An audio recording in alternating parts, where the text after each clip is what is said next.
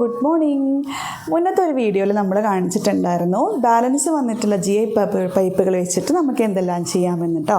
അപ്പോൾ അതിൽ ഞാനൊരു ചെടിയുടെ സ്റ്റാൻഡാണ് കാണിച്ചത്. അപ്പോൾ ഇതിൽ ഞാൻ കാണിക്കുന്നത് ഒരു ട്രോഫി സ്റ്റാൻഡാണ് കേട്ടോ, അല്ലെങ്കിൽ ഫോട്ടോസൊക്കെ വെക്കാൻ വേണ്ടിയിട്ടുള്ള ഒരു സ്റ്റാൻഡ്. അപ്പോൾ നമ്മുടെ വീട്ടിൽ മതിൽ പണിക്ക് വേണ്ടിയിട്ടും ഓട് വിരിക്കാൻ വേണ്ടിയിട്ടും കുറച്ചധികം GI പൈപ്പുകൾ എടുത്തിട്ടുണ്ടായിരുന്നു. അപ്പോൾ അതിലെല്ലാം ബാലൻസ് വന്ന ഐറ്റംസാണ് ഈ കാണുന്ന പൈപ്പുകളെല്ലാം.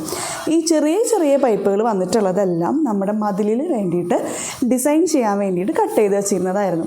അപ്പോൾ ചില പൈപ്പുകൾ കട്ട് ചെയ്തിട്ട് ബാലൻസ് വന്നതെല്ലാം തന്നെ ഞാൻ മാറ്റി വെച്ചിട്ടുണ്ടായിരുന്നു. അങ്ങനെ ഈ കാണുന്ന എല്ലാം തന്നെ അങ്ങനത്തെ ചെറിയ ചെറിയ പീസുകളായിരുന്നു. അതെല്ലാം നമുക്ക് എങ്ങനെ യൂസ്ഫുൾ ആക്കാം എന്ന് ആലോചിച്ചിട്ട് പിൻട്രസ്റ്റ് നോക്കിയപ്പോഴാണ് നമുക്ക് തരക്കേടില്ലാത്ത ഭംഗിയുള്ള കുറച്ച് ഡിസൈൻസ് കിട്ടിയത്. അതിൽ നിന്നും നമ്മുടെ കഷ്ണങ്ങൾക്ക് അനുസരിച്ചിട്ട് വരുന്ന അളവിലേക്ക് നമ്മൾ ആ ഡിസൈൻ മാറ്റിയായിരുന്നു. പിന്നെ നമ്മൾ ഈ കാണുന്ന വുഡിൻ്റെ പീസുകൾ, ഈ റൗണ്ട് ഷേപ്പിലുള്ള വുഡ് പീസുകളെല്ലാം തന്നെ നമ്മുടെ വീട്ടിൽ ഇൻറ്റീരിയർ ചെയ്യാൻ വേണ്ടിയിട്ട് കൊണ്ടുവന്നിട്ടുള്ള പീസുകളായിരുന്നു.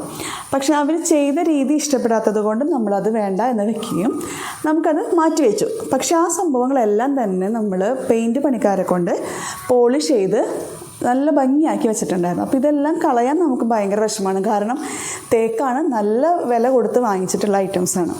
അപ്പോൾ നമ്മൾ എന്ത് ചെയ്തു, അതും ഇതിൽ കൂടെ ഒന്ന് ഉൾപ്പെടുത്തി.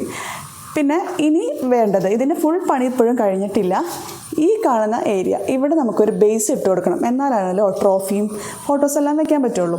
അപ്പോൾ അതിനും നമ്മുടെ കയ്യിലൊരു മാർഗ്ഗമുണ്ട്. നമ്മുടെ കയ്യിൽ WPC ആണ് നമ്മുടെ കബോർഡുകൾക്കെല്ലാം യൂസ് ചെയ്തിട്ടുള്ളത്. ആ WPCയുടെ എല്ലാം തന്നെ ബാലൻസ് പീസുകളും നമ്മുടെ കയ്യിലുണ്ട്. അപ്പോൾ അതൊരു ബേസാക്കി ഇട്ട് കൊടുക്കുക. കുറച്ച് സ്ഥലങ്ങളിൽ ഒരു സ്ക്വയർ ബോക്സ് പോലെ വെക്കണം. ബാക്കിയുള്ളിടത്തെല്ലാം തന്നെ നമുക്ക് ബേസ് ഇട്ട് കൊടുക്കാം. അപ്പോൾ അങ്ങനെ ബാലൻസ് വന്ന പീസുകളെല്ലാം വെച്ചിട്ടാണ് നമ്മൾ ഈ സ്റ്റാൻഡ് മുഴുവനാക്കാൻ തീരുമാനിച്ചിരിക്കുന്നത്. അപ്പോൾ എനിക്കും എൻ്റെ കൂട്ടുകാരോട് പറയാനുള്ളത് വേറെ ഒന്നുമല്ല, നമ്മുടെ വീടിൻ്റെ പണി നടന്ന് ലാസ്റ്റ് സ്റ്റേജ് ആകുമ്പോൾ ഇതുപോലെ ഒരുപാട് ഐറ്റംസ് ബാലൻസ് വരും. ആ ബാലൻസ് വരുന്ന ഐറ്റംസ് പരമാവധി സ്റ്റോർ ചെയ്യാൻ പറ്റുകയാണെങ്കിൽ സ്റ്റോർ ചെയ്യുക. എന്നിട്ട് വീടിൻ്റെ പണിയിൽ മാക്സിമം ഒരു 98% തീർക്കുക. ബാലൻസ് വരുന്ന ഐറ്റംസ് നമുക്ക് വീണ്ടും യൂസ് ചെയ്യാൻ വേണ്ടി മാറ്റി വയ്ക്കുക. അതുകൊണ്ടുള്ളൊരു ഉപകാരം എന്ന് വെച്ചാൽ നമ്മൾ ഇതുപോലുള്ള കുറച്ച് കാര്യങ്ങൾ വീണ്ടും ചെയ്യാം, അത് പണിക്ക് തീരുന്നതിന് മുന്നേ ചെയ്യാമെന്ന് വിചാരിച്ച് നമ്മൾ ചെയ്യുമ്പോൾ നമ്മളുടെ കയ്യിൽ വീണ്ടും സാധനങ്ങൾ മേടിക്കും, വീണ്ടും മെറ്റീരിയൽ ബാലൻസ് വരും. അത് ഒഴിവാക്കാനാണ് നമുക്കിങ്ങനെ ചെയ്യാം. ഇതുകൊണ്ട് ഞങ്ങളുടെ കയ്യിൽ കുറച്ച് ക്യാഷ് സേവ് ചെയ്യാനും പറ്റി, എന്നാൽ നമ്മളുടെ ആഗ്രഹത്തിനനുസരിച്ച് കുറച്ച് ഐറ്റംസ് ഉണ്ടാക്കാൻ പറ്റി. മറ്റൊരു കാര്യം, ആ വീട് പണിയുടെ ലാസ്റ്റ് സ്റ്റേജിലുള്ള ഹറിബറി ഒഴിവാക്കിയിട്ട് സമാധാനമായിട്ടിരുന്ന് കാര്യങ്ങൾ ചെയ്യാം, നമുക്ക് ഐഡിയാസൊക്കെ എടുക്കാം.